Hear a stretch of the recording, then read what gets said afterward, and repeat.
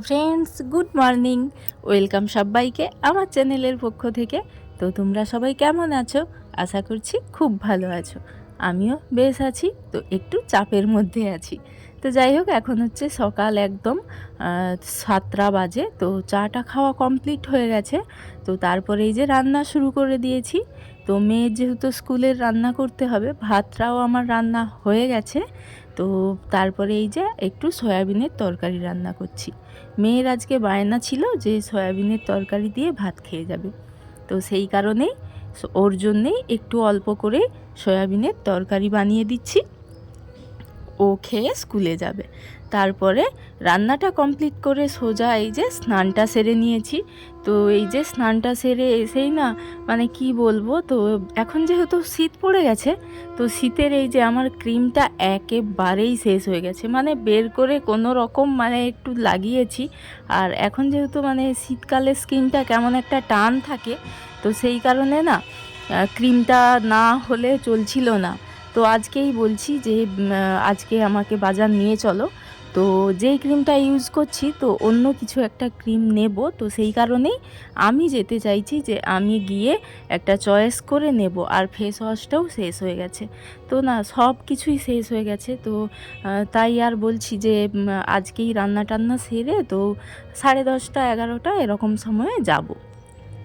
তো দেখা যাক, সেরকম পরিকল্পনা রেখে কাজকর্মগুলো সারতে হবে তো যাওয়ার জন্যে। কারণ রান্নাবান্না সংসারের কাজ মানে সেরে রেখেই তবেই না যেতে হবে। তো ফেলে রেখে তো যেতে পারি না, না বউ মানুষ। তো যাই হোক, আর বিকেলবেলাটা না, এখন তো বিকেলবেলা যেহেতু চাপ আছে, মেয়েকে পড়াতে হবে, তো সন্ধ্যাতে রান্নাবান্না করা। তো বিকেলবেলা যাওয়া মানে 2 ঘন্টা মোটামুটি লাগবে যখনই যাই। তো 2 ঘন্টার মধ্যে অনেকখানি কি হয়, বিকেলবেলা সন্ধে হয়ে যায়। তো সেই কারণেই এই সকালবেলায় যাওয়ার প্ল্যানিং রেখেছি। তো এই যে কাচাকুচি সব করেই রেখেছিলাম। তারপরে এই যে সব মেলে দিচ্ছি। তারপরে এই যে পুজোটা সেরে নেব। তো মেয়ে যেহেতু পরীক্ষা দিতে যায়, ও পরীক্ষার সময় হলে কি হয়, ঠাকুর ঘরে এসে প্রণামটা সারে। যে যেদিন যেমন, কোনো দিন প্রণাম করে শুধু, কোনো দিন নিজেও একটু পুজো করে। তো বাচ্চা মানুষ তো একটু তার ভালো লাগা। যাই হোক, আমি শুধুমাত্র ওকে শেখাই যে একটু প্রণাম করা, আশীর্বাদ নেওয়া। তো ও ওর মতো করে একটু পুজোও করতে মানে চেষ্টা করে। তো এটা যাই হোক, একটা ভালো দিক আমার মনে হয়। তো তাই মানে সবার আগে কি বলতো, ঠাকুরঘর পরিষ্কার, পুজোটা আমি যদি রেডি করে রাখি, গুছিয়ে রাখি, ও এসে মানে এটা করতে পারে। তো এই যে ওর স্নানও কমপ্লিট হয়ে গেছে, তো রেডি হয়ে গেছে। আর এখন এই যে ঠাকুর ঘরে এসেছে প্রণাম সারতে। তারপরে এই যে খেতে দিয়ে দিয়েছি। আর এই যে চললো পরীক্ষার জন্য। তো এই যে ব্যাগটা নিতেই ভুলে গেছে। আসলে ওকে ব্যাগটাও দিয়ে আসতে হয়, নিজের হাতে মানে নিয়ে কখনো যাবে না। তো যাই হোক, ওর পাপা ওকে দিতে গেল। আর এই যে আগের দিনের যে রাতের বাসি খিচুড়ি আর একটু সয়াবিনের তরকারি আমি খেয়ে নিলাম। তো এই সময়টা খাওয়া ঠিক একটা আমার অভ্যেস নেই, তো 1-8 দিন করে খাই। তো তো যাই হোক, খেয়ে নিলাম। তারপর সোজা আসলাম রান্নাঘরে উনুন ধরাতে। আর জানো তো, অনেকটাই লেট হয়ে গেছে। তো আরও 2-4টে পোশাক ধোয়ার ছিল, তো সেগুলোও না মানে কেচেছি, ধুয়েছি। তো অনেকটাই লেট করে গেছি, তাই না খুব চিন্তা হচ্ছে যে যেতে পারবো কি না আজকে। আর বিশেষ করে কি বলতো, আমার ক্রিম, ফেস ওয়াশ এসবের থেকেও বড় কথা, মেয়ের প্রজেক্ট বানাতে হবে স্কুলে। তো শনিবার দিতে হবে, তো হয়ে গেল। হ্যাঁ, আর 2 দিন বাকি আছে। তো সেই কারণেই খুব তাড়াহুড়ো করেই মানে রেডি করতে হবে। তো ওর পাপাকে বলে দিচ্ছিলাম যে এই এই জিনিসগুলো আমার লাগবে, তো কাপ পেপার দিয়ে। তো ও না বুঝতে পারছে না, দোকানে খুঁজে ঠিকঠাক কালার মানে বলছে যে আমি নিতেই পারছি না, তো তুমি গিয়ে নিবে। তো সেই কারণে আমাকে মাস্ট যেতেই হবে। তো তাই এত তাড়াহুড়ো। আর আজকে এই যে সব রকমের সবজি দিয়ে একটা মাখা মাখা সবজি বানালাম পোস্ত বাটা দিয়ে। এই যে গাজর, বিনস, তারপরে সিম, আলু সব রকম। আর এই যে চিংড়ি মাছ আর আলু দিয়ে এরকম চিংড়ি মাছকে ছোট ছোট কুচো কুচো করে কেটে। তো এই রান্নাটা একবার করেছিলাম, শ্বশুরমশাইয়ের এত ভালো লেগেছে। তো এই মানে যখনই চিংড়ি মাছ আনে একটু বড় টাইপের, তো এইভাবে করেই আমাকে রান্না করতে হয়। যাই হোক, আজকেও এইভাবে রান্না করলাম, উচ্ছে ভাজা করলাম। তো হাতের 5টা আঙুল যেমন সমান নয়, সংসারের 5জন 7জন সমান হবে না, তাদের রুচিও সমান হবে না। তো সেই কারণে এই যে কিছু মানুষের জন্যে ওই মাছের কারি করলাম, আর কিছু মানুষের জন্যে এই যে সেদ্ধ ঝোল বানাতে হচ্ছে। তো যাই হোক, যখন যেরকম সেরকম করতে হয়। তো রান্নাবান্না কমপ্লিট করে আমি আজকে তো ছাদে এসে দেখছি যে এই ব্ল্যাঙ্কেট বালিশগুলো বরমশাই রোদে দিয়েছে।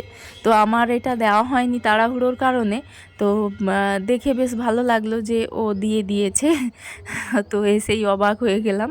তারপর কিছু শুকনো হয়ে যাওয়া জামা কাপড় তুলে রাখছি। তারপর এই যে তোমাদের একটা জিনিস দেখাই। তো কয়েকদিন হয়েছে, তো বরমশাই নিজে পছন্দ করে এই যে 2টো শাড়ি কিনে এনেছে। তো আমি তো বেশিরভাগ বলতে গেলে বাড়িতে শাড়িই পরি। তো আমরা এরকম সেই ছাপা শাড়িগুলো বাড়িতে পরে থাকি। তো 2টো শাড়ি একদম আলমারিতে আর তোলা ছিল না, তো সেই কারণেই বলেছিলাম 2টো আনতে। তো এনে দিয়েছে এই যে।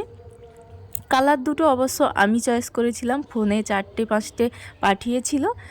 তো সেখান থেকে আমি এই 2টো কালার চয়েস করেছি। এই যে হলুদ শাড়িটা পরে আছি না, আমি আগে হলুদ পরেই দেখিনি কখনো। তো এই হলুদ শাড়িটা পরে মানে আমাকে ভালো লাগে সবাই যত বলছে, তো সেই কারণে আবারও একটা হলুদ এইটা বলল যে হলুদটা নাও। তো এই হলুদ শাড়িটা, আর ওটারও কালারটা বেশ সুন্দর ছিল। শাড়িগুলো বেশ ভালো নরম, খুব একটা মার দেওয়া নেই। তো আমার একটু আমি নরম সফট টাইপের শাড়ি পছন্দ করি বাড়িতে পরার জন্যে, কারণ কাজ করতে খুবই অসুবিধে হয় না মার দেওয়া থাকলে, খড়খড়ে থাকলে, সেই কারণে। তো এখন এই শাড়িগুলো না তুলে রাখবো। তো কয়েকদিন বাইরেই ছিল, তো আর নয়, তো আলমারিতে গুছিয়ে তুলে রাখবো। আর কি বলতো, এখন যেহেতু শীতকাল, আর আলমারিতে আগের কত শাড়ি, তো সেই পুরনো শাড়িগুলোকে এখন বাড়িতে পরার জন্যে বের করছি একটা একটা। দেখো, এটা একটা জামদানি। তো এগুলোর তখন কত দাম নিয়েছিল, 3D জামদানি, পুরো 2200-2300 এরকম দাম ছিল। এখন ভাবি যে অত দাম দিয়ে সিল্কের শাড়ি কেনাটাই কিন্তু বেটার ছিল। তো আগে তো বোকা ছিলাম, জানতাম না, বুঝতাম না, তো সেই কারণেই নিয়েছিলাম। তো যাই হোক, যখন যেরকম, তো ওই শাড়িগুলো বের করে রাখলাম। তারপরে এই যে দুপুরবেলা খাওয়া দাওয়া কমপ্লিট করে এই যে রোদের মধ্যে এসে বসেছি। আর টুকাইয়ের তো কানে তো নোংরা জমে গেছে, তো ওর পাপা বের করছে, এসে দেখলাম। তো তাই আমিও চেষ্টা করলাম, কিন্তু ও না কিছুতেই বের করতে দিচ্ছেই না একদম। তো আর জোরজার করলাম না। এই যে বিকেলবেলা তো শাড়িটা পরে নিয়েছি, একটু পিন আপ করে নিয়েছি, যেহেতু এই শাড়িগুলো তো পরে কাজ করতে না একটু অসুবিধে হয়। তবুও শীতকাল কোনো ব্যাপার নয়, গরমের সময় হলে তো একদমই থাকা যাবে না। তো যাই হোক, এই যে ঠাকুর প্রণাম, আর সকালবেলা থেকে এতটাই তাড়াহুড়ো ছিল যে হনুমান চালিসাটা পড়া আমার হয়নি, তো তাই এখন পড়ে নিলাম। আর এই যে আমি বিকেলবেলা যখন উপর থেকে নিচে নামি, তো তখন বিছানার মধ্যে এই যে ব্ল্যাঙ্কেট পুরো চাপা দিয়ে রাখি, কারণ বিছানাটা মানে অনেকটাই গরম গরম থাকে, তো ঠান্ডায় সেঁতিয়ে যায় না। তো যাই হোক, এখন এই যে সন্ধে দিয়ে দিলাম। আর আমার প্রতিটা কাজ একদম সাজানোই থাকে, যে এই কাজটার পরে এই কাজটা, তো একটুও 5 মিনিটও আমার সময় হাতে নিই। তো উপর থেকে নেমে এসে বাচ্চাদের খাইয়েছি, তারপরে এই যে সন্ধে হয়ে গেছে, সন্ধে দিলাম। তারপর সোজা যাব রান্নাঘরে। তো আজকে রান্নার বেশি কিছু চাপ রাখছি না, তো রুটিটা বানাতেই হবে। আর কি বলবো, তো আজকে কাজের চাপে আমি তো কোথার এতে আমি ভুলেই গেছি যে আজকে যে যাওয়ার কথা ছিল না, যেতে পারলাম না। অনেকটাই লেট করে ফেলছিলাম রান্না সারার পরে। তো অনেকটাই 11:30 11:40 হয়ে গেছিলো। তো আমার মনে হয় তখন আর বাজারে গিয়ে আমি কি করব, তো যেতে যেতেই তো 12টা বেজে যাবে, সেই কারণেই আর আমার যাওয়া হয়ে উঠলো না সব কিছু কাজ সামলে। তো আবারও কালকে কি হয় এরকমটা দেখা যাক। তো রান্না বান্না সেরে নিয়েছি, আর হচ্ছে এখন বাচ্চাদের নিয়ে পড়াতে বসেছি। তো যাই হোক, প্রত্যেকটা গৃহবধূদের এরকমটাই হয়, যে কোথাও যাওয়ার সময় সত্যিই সব কিছুটা সামলে তারপরে মানে যাওয়া মানে খুব একটা কঠিন হয়ে দাঁড়িয়ে যায় মাঝে মাঝে। তো দেখা যাক কালকে আবার কি করতে পারি। তো যেতে পারিনি এটা না, খুব খারাপ লাগছে। বাচ্চা তো খুব রেগে গেছে মেয়ে, যে ওর এখনও ক্রাফট পেপার আসেনি আর ওর প্রজেক্ট কখন জমা মানে রেডি করব আমি। তো ও এই চিন্তাটা করছে। তো যাই হোক, আমি ওকে বললাম তোমার কোনো চিন্তার দরকার নেই। তো যাই হোক,